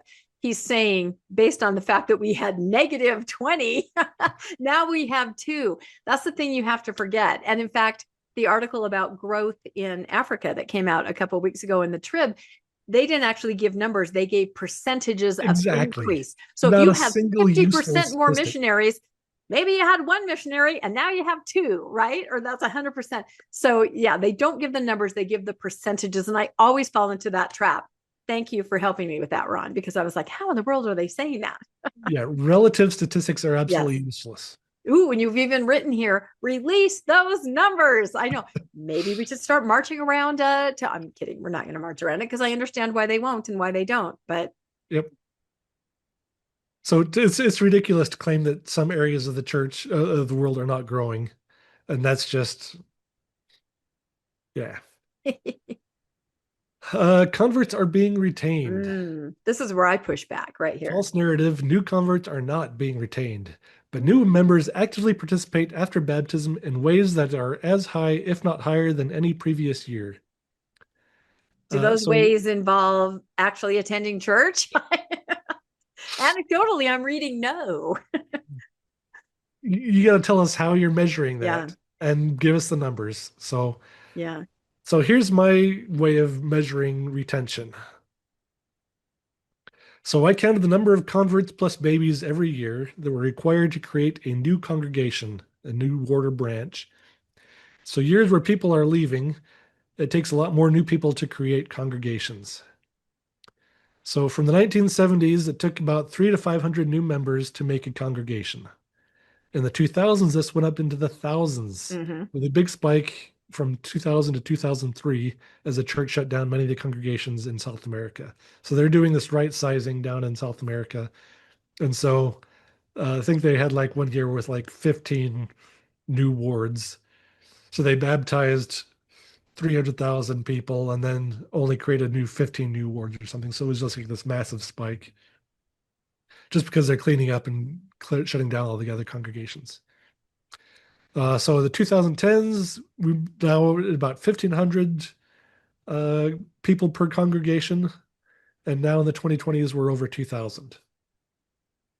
So you're saying in order to get what they're calling a congregation, which is 100 people sitting there in the pews, they need to have 2,000 people on the rolls to get that 100, meaning that 1,900 people have not been retained after either being blessed or being a convert, showing the retention is not as great as Elder Rasband has said. And this is branches too. So this is wards and branches. So you don't need, you can create a branch with 20 people.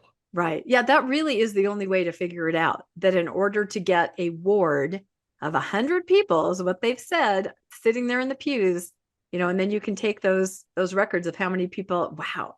Yeah, that's very telling. That shows a mass exodus within a year or so of being baptized. So the yellow, orange line there, that's the number of new members. And then the blue line is number of members per congregation. So early 2000s, they're shutting everything down in South America. So it's taking, I had to, the spikes were too insane to, I had to do like a 5-year average. Oh yeah, no, it's to kind of get to smooth out the lines. Otherwise we get like a line that says it threw the charts way off because there were some years that were just so out of whack. So averaging 3,000 people per congregation in the early 2000s. Now we're over 2,000 per congregation. So if it takes 2,000 people to get one new congregation, you're not retaining members at all. No, because if there really were 2,000 people that were actively participating, you would have a stake made up of 5 wards. You wouldn't have just one little branch. You would have, it split up into that bigger number. And they'd be really excited about that. Look, we have a new stake and we have 5 wards. And yeah, that's very telling. Yep. So you can see we used to do that in the 70s and 80s and 90s. And now we don't do that anymore. So yeah, retention sucks. Yeah, it seems to. And like I said, anecdotally, I can see this everywhere where, they're just saying, another thing they say, which is interesting, is what I joined and what I'm doing each week doesn't match what the missionaries told me. They didn't tell me anything. I didn't know anything about any of this. This doesn't make any sense to me, so whatever's happening. And I think it's maybe the rush to convert, talking about other people say they tried to pressure me into baptism the first or second meeting, things like that. So I don't know. It seems to me that finding one person that's prepared, ready, understands what they're getting into, maybe if they change tactics like that, maybe you don't have as many baptisms, but you have quality baptisms where somebody might stay because they're prepared and they're there because they want to, not a bait and switch or a trick or just being in love with the missionary or any of that. So I don't know. And then you have Elder Bellard wondering where that idea came from, that missionaries had to do that. Oh my gosh. We don't You know were in where charge of the missionary department. You're the one that put that in the manual. No, I love that. How many people came forward and said, here it is. Here's where they told us to invite to baptism. Yeah, they're always throwing it back on the missionaries. It's like when they finally told them that they could start using smartphones and tablets and things about 7 years ago. And I can't remember which apostle said, we don't know why our young people got the idea that they couldn't use technology. They need to become more comfortable with it. Like we apostles are like, are you freaking kidding me?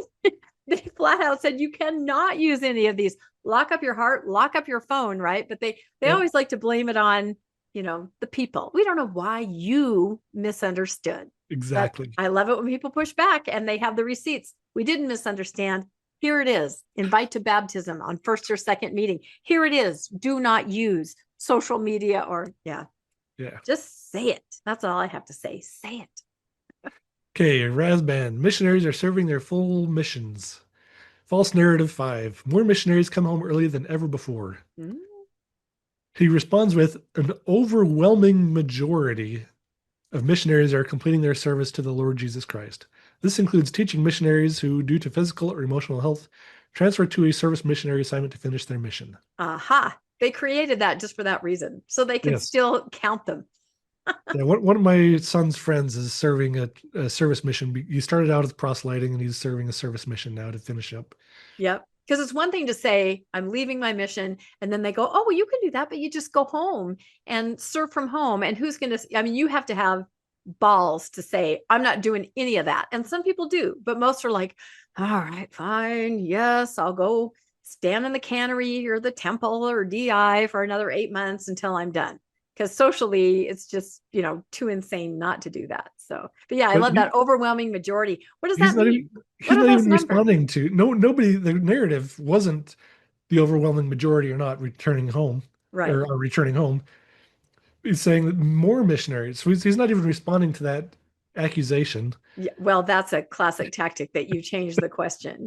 What the question we really should be asking, right? They use that all the time. Give us the numbers, man. Give us the numbers. Give us the numbers. Numbers. No, not going to work. So yeah, you can still have an overwhelming majority serve while still having more come home than ever before. So that's not, you can't, those aren't exclusionary. Yeah. I love this last one. Missionaries should stop feeling bad. False narrative. Missionaries are not good enough and can't measure up. To training missionaries who don't feel good enough right now, Elder Razband assured that they are in good company. Many leaders throughout church history have felt inadequate to do important work. He's just it's not a false narrative there. He is saying, you're right. Missionaries don't feel good enough. And why not? Because we tell them they're not good enough. That's why. Exactly. We did an episode very early on Mormonish where Landon, my co-host, read through his missionary journals, and he hadn't looked at them for years. And I found it incredibly heartbreaking because he was such a straight-laced youth. I mean, he didn't even date to prepare for the mission. And by the second or third day in the MTC, the journal was just full of, I feel such shame. I don't feel worthy. I feel, why? He did nothing. And yet that atmosphere there, and it may have been worse or better, I don't know, in the 80s when he went, but within days, he was racked with guilt and shame over nothing. Nothing. So yeah, this is interesting. I like that. Stop heaping shame upon youth and missionaries. That's right. So he's not even refuting it. He's like, no. Yeah, you're right.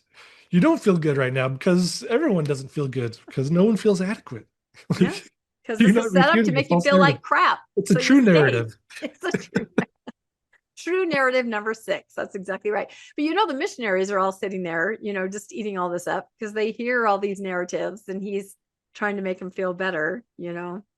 Yeah. Some Yep. of those, sometimes they say things out loud in those MTC addresses and devotionals that they don't say other places, you know, because they have this very captive, vulnerable audience of young people.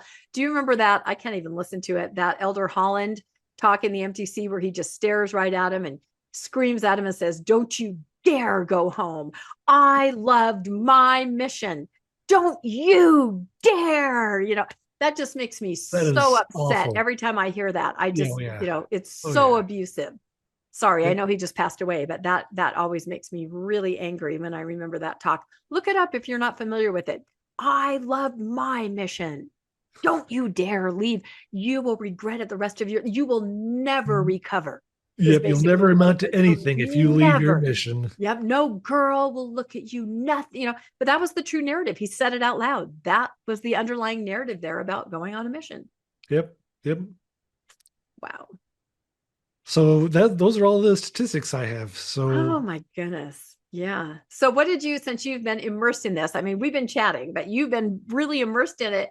What was your takeaway at the end with how they use stats, how they won't present stats? You know, do you feel that members are buying these falsified stats? I mean, how do you feel about all these? You're kind of the widow's mite of attendance or membership statistics.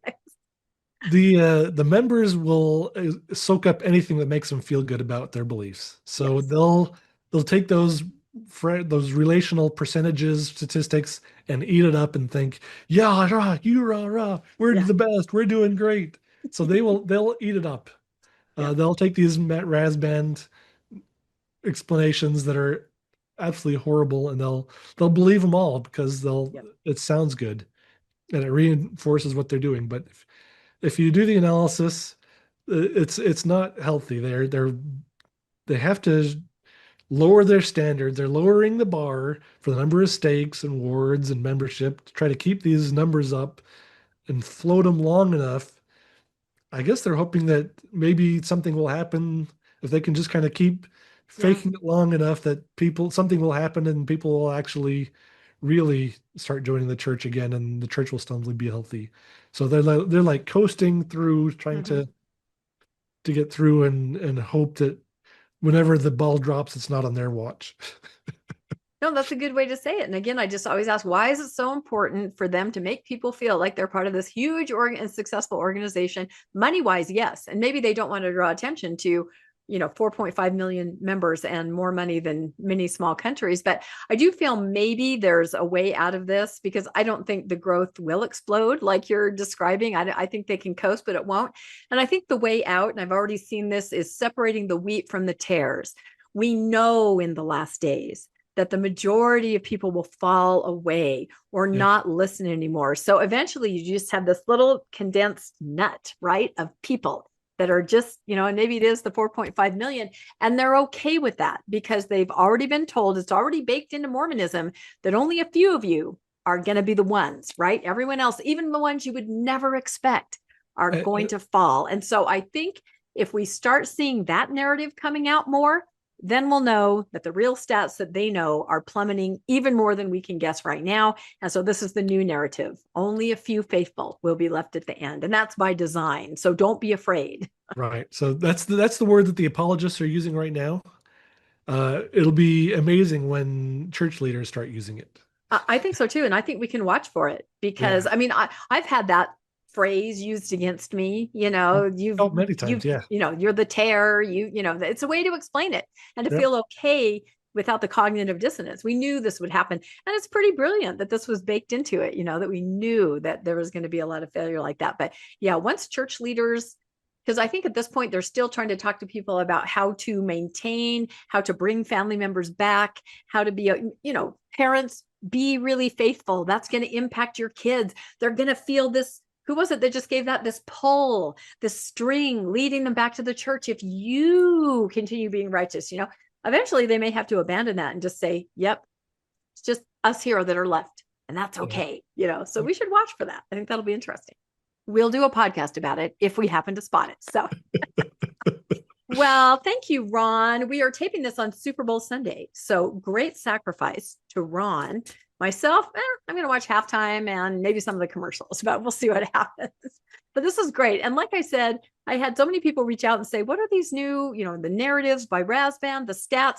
How do I, when these are brought up by my family members, how do I explain it? And I think, in a nutshell, you could just say a lot of it is based on just normal birth rate patterns, and then you can show also based on restructuring of what a ward and a stake are and the number of people that it takes to operate them. And with those factors, you can spin anything to make it appear that it's incredible growth. So, yeah. So I posted a few of the raw data charts that I've on Reddit, Mormon Shrivel. Mm-hmm. So go to our Mormon Shrivel. Yeah, that's a good site. Explain that if people haven't heard of that, because that is a really good crowdsourced kind of a site to take a look at this kind of data. Yeah, that's another one of my favorite places to go through regularly. People will share ward closings, state closings. Before the Deseret Demographer came out, this is the only place that I'd find out about any kind of ward closings and stuff. And it's on Reddit. It's a Reddit. Yeah, Reddit, you can just go over there. Yeah, and it's crowdsourced. People say, hey, they're closing my church building, or hey, they just consolidated 3 wards into one stake and called it this, so you can kind of track it that way. And then if you're Ron, you can gather that all together and put it here. So yeah, and if you guys don't follow, Ron on Facebook or social media, he puts all kinds of good data out like that. So everybody, we'll put your socials in the links to the show notes, because Ron is a great resource. I hope you guys realize that, those of us that are out front podcasting, behind us, and not even behind us, beside us are these massive teams of people, a lot of you guys, and people like Ron who are just going, hey, this is cool. I noticed this. I did this. Let's get this out here. So we love to collaborate. That's the main reason. If I didn't collaborate, I don't think I would podcast anymore, because it wouldn't be any fun, it just wouldn't. Yeah. So, and Ron and I are another example of just randomly connecting on Reddit late one night. I remember that I saw a post that you made and I reached out and said, hey, can I use this on a podcast? And then we started chatting and I'm like, oh, he's okay, this is a good resource. So which is awesome. So I really appreciate our collaboration. So I hope you guys learned something from this. I certainly did. And it's good to have this data all in one place. Please comment and let us know what you think about the data the church is sharing. And then, you have this kind of feeling like, this is accurate. This kind of helps us. So I'd love to know all of your thoughts. Please like and subscribe to Mormonish Podcast. And if you'd like to be made aware of when the new episodes come out, you can hit the notification bell. If you would like to help financially support Mormonish, we always have links in the show notes to donor box. You can always make a donation. And we so much appreciate all of you guys that do. You are amazing. And again, thank you so much, Ron. This has been fantastic. And I'm glad we have it all in one place now. This is a one-stop shop to learn about all the stats that they're trotting out in front of us. So thanks again, and we'll see you all next time on Mormonish. Thank you, everybody. Bye-bye. Bye. Bye-bye.